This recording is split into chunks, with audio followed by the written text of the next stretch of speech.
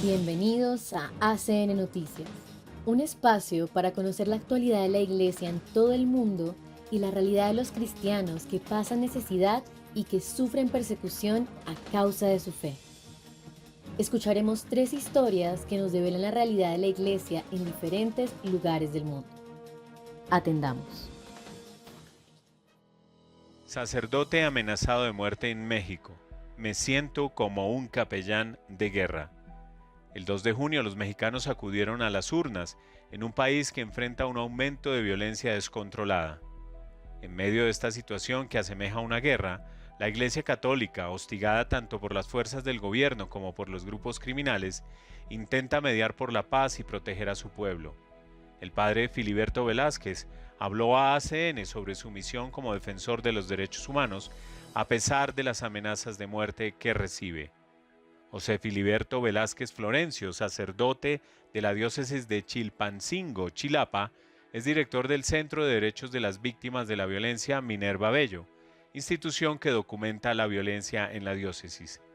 En 2022, el sacerdote comenzó a documentar las violaciones de derechos humanos en una comunidad llamada El Nuevo Caracol, cuando un párroco lo llamó angustiado porque tenía 500 feligreses desplazados en su iglesia y necesitaban ayuda. Así inició sus visitas a esta región de la Sierra de Guerrero, llevando ayuda humanitaria, documentando casos de violencia e identificando a los perpetradores. México registra los niveles más altos de violencia de los últimos 6 años. En regiones particularmente afectadas por los conflictos entre grupos criminales, como Guerrero y Michoacán, la intensidad y la frecuencia de la violencia se acercan a un escenario de guerra. Como muchos otros en México, también la Iglesia sufre a diario extorsiones telefónicas, amenazas, fraudes, cobro de derecho de piso para poder abrir un templo o ataques a los mismos, explica el padre José Filiberto a ACN. Como sacerdote soy testigo de que el país enfrenta un conflicto armado, con crimen organizado, destrucción de templos y uso de la tecnología para sembrar terror y pánico. Por ejemplo, en noviembre de 2022, 2 grupos del crimen organizado comenzaron a utilizar drones cargados con explosivos que dejaban caer sobre las comunidades de la Sierra de Guerrero, cuenta el padre Fili, como todos le llaman. No hablo de Afganistán ni de la Franja de Gaza, estoy hablando de México. Esto ha provocado que la población huya para resguardarse de la violencia. Capillas, escuelas y plazas públicas han sufrido daños. La gente ha abandonado sus actividades económicas para salvar la vida. Hay mucha pobreza, sí, pero hay más miedo, afirma. El historial de violencia y crimen en México es muy largo, pero uno de los momentos más complicados que recuerda el sacerdote tuvo lugar entre enero y febrero de 2024, durante los enfrentamientos de 2 grupos criminales en la zona de Guerrero. La Iglesia jugó un papel importante como intermediaria para lograr una tregua entre los grupos. Hablando de ese proceso, el padre Filiberto explica la postura de la Iglesia. No negar el pecado de los criminales, pero actuar como puente, allí donde no existe diálogo para llegar a soluciones que al menos acaben con el porte de armas. Los sacerdotes se convierten así en defensores de derechos humanos. Para el sacerdote, las difamaciones y persecución velada suponen un obstáculo para la misión de alcanzar la paz y de llevar el mensaje de Dios a estos lugares de conflicto, donde dice sentirse como un capellán de guerra. Pero esta situación le recuerda las palabras de San Óscar Arnulfo Romero, arzobispo de San Salvador, martirizado por su labor profética en 1980. Muchos se escandalizan y dicen que estamos exagerando, que no hay iglesia perseguida, pero sí es la nota histórica de la iglesia. Siempre tiene que ser perseguida.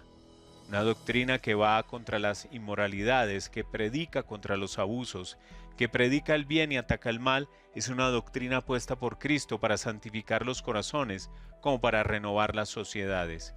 Cuando en esa sociedad o en ese corazón hay pecado, hay egoísmo, hay podredumbres, hay envidias, hay avaricias, el pecado salta como la culebra cuando tratan de apelmazarla y persigue al que trata de perseguir al mal, al pecado.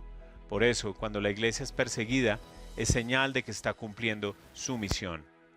En su empeño por buscar la paz, el padre Filiberto ha sobrevivido a 2 ataques armados y actualmente está amenazado de muerte.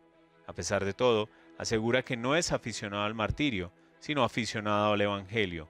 En 2021 fue secuestrado por 50 hombres armados mientras iba a celebrar la Santa Misa a una comunidad de la Sierra de Guerrero y estuvo a punto de ser ejecutado. Permaneció horas de rodillas esperando que alguien viniera a salvarlo. Los habitantes empezaron a negociar con los hombres armados para que no lo mataran. La intervención del sacerdote de esa comunidad fue crucial para que le perdonaran la vida. En otra ocasión, el 19 de octubre de 2023, el padre Filiberto conducía por una carretera de la sierra cuando dos sujetos dispararon a su vehículo desde una motocicleta. Uno de los tiros impactó una llanta y otro pasó a su lado y dio en el asiento del copiloto. Gracias a Dios, el padre Filiberto no iba acompañado. Este ataque fue un claro aviso para hacerme saber que querían que me callara, que no denunciara, que no predicara, que no ayudara, que no practicara más la caridad. Después del atentado, el obispo de su diócesis Chilpancingo-Chilapa, Monseñor José de Jesús González, ofreció asignarlo a otro lugar para garantizar su seguridad, ya que no parecía prudente permanecer en el estado de Guerrero. El obispo le contó el dolor que supone la pérdida de un sacerdote para el prelado y la comunidad, recordando cómo él había sufrido tiempo atrás cuando era obispo en la prelatura del Nayar y fueron asesinados 3 de sus sacerdotes. Monseñor González le suplicó: no quiero perder a uno más. Sin embargo, pocos días después, mientras el padre Filiberto consideraba un posible traslado, el terrible huracán Otis azotó esa región de México, dejando una ola de destrucción en sus comunidades. El sacerdote se volcó en los trabajos de emergencia, encargándose de la distribución de la ayuda humanitaria de Cáritas en las zonas afectadas por este desastre natural. La necesidad le hizo quedarse y hoy en día sigue trabajando en la diócesis de Chilpancingo-Chilapa. No vivo con miedo, pero sí hay ocasiones que el temor me invade cuando el nivel de peligro empeora. He llorado muchas veces, pero me reconforta saber que no estoy solo y que Dios me consuela en los momentos de angustia. Burundi. ACN me ha formado y acompañado en mi misión como una madre. A continuación, el testimonio de la hermana Josephine Toyi de Burundi, nacida en un contexto de crisis política. Gracias a ACN pudo estudiar, logrando ser una de las primeras religiosas burundesas en obtener un doctorado en teología.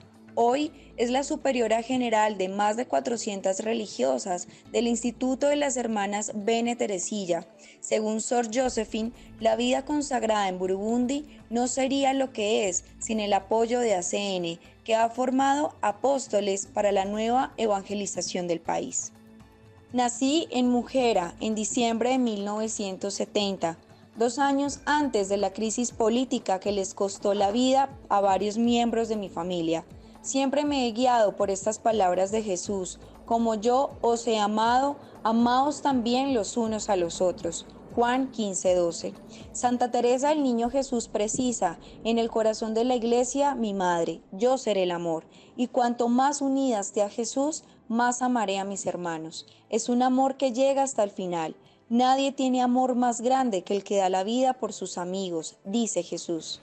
Esta es una llamada a la que respondo como consagrada desde agosto de 1996 en el Instituto de las Hermanas Bene Teresilla en Burundi.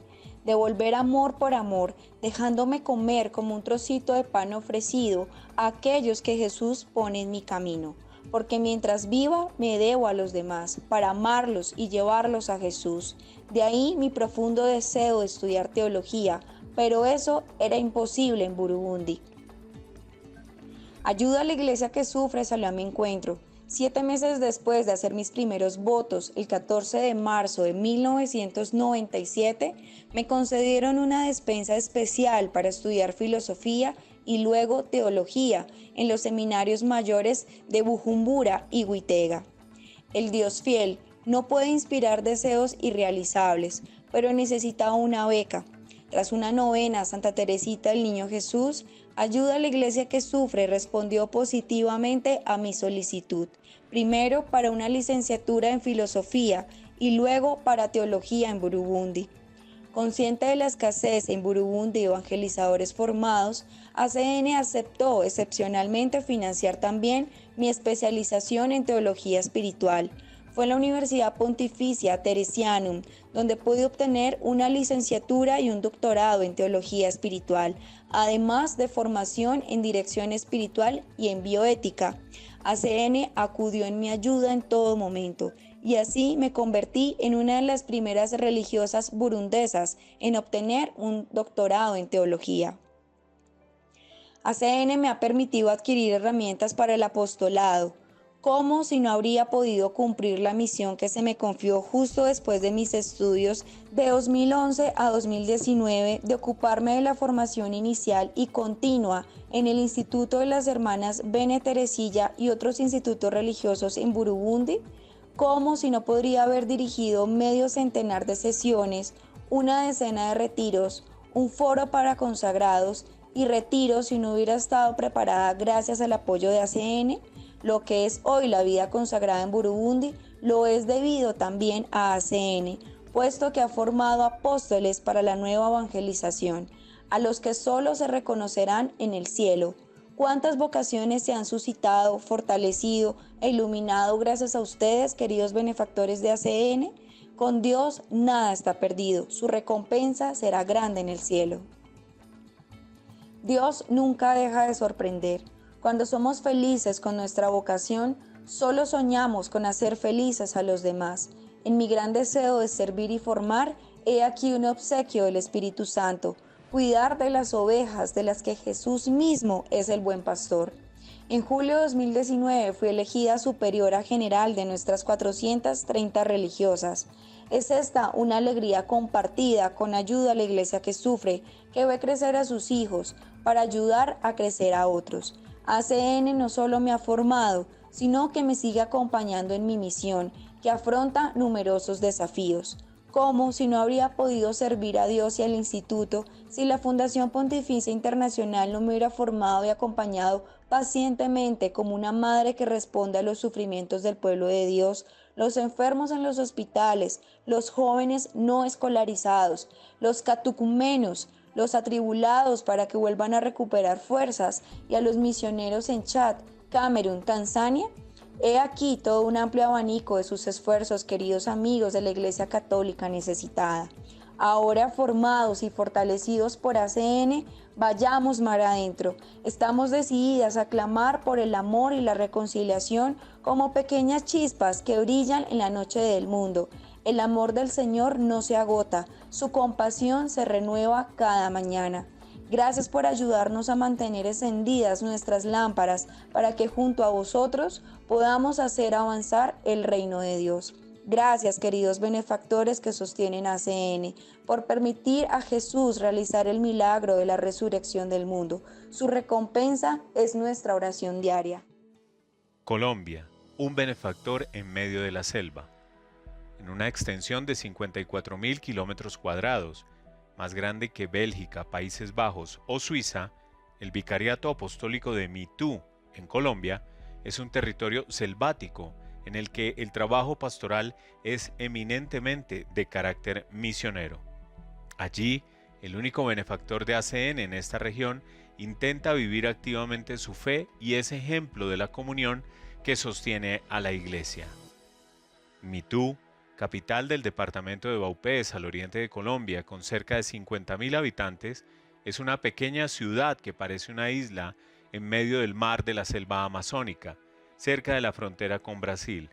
Está a casi 600 kilómetros de Bogotá, la capital del país, y allí viajó recientemente una delegación de la Fundación Pontificia Aid to the Church in Need, ACN. En medio de la visita para conocer la realidad de este vicariato, caminando junto con el obispo local, Monseñor Medardo de Jesús Henao, en una de las calles de Mitú, montado en una moto, se cruzó un sencillo hombre a quien el obispo saludó con alegría y le dijo que estaba con unos representantes de ACN. El rostro del hombre se iluminó y esbozó una gran sonrisa. «Soy benefactor de ACN», dijo. Un rosario en la muñeca de su mano izquierda parecía confirmarlo, pues la delegación de ACN conocía bien ese objeto. Un rosario de madera de olivo hecho por los cristianos de Belén, que se puede llevar en forma de pulsera y que es parte de una iniciativa de ACN Colombia para apoyar a los cristianos que sufren en Tierra Santa. Martín Alberto Peña, de 47 años, originario de Mitú, Es el único benefactor de ACN en esta vasta región. Martín dice sostenerse con la fuerza que le da la oración, porque todo se puede con Dios, como reafirma a cada momento.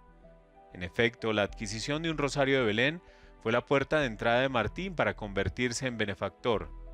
Vio esta iniciativa gracias a las redes sociales de la fundación, hizo un donativo y así entró a formar parte de esta familia.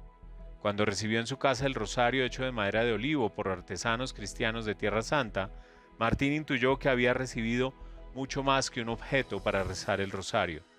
Sintió que, de algún modo, estaba unido espiritualmente con esos cristianos.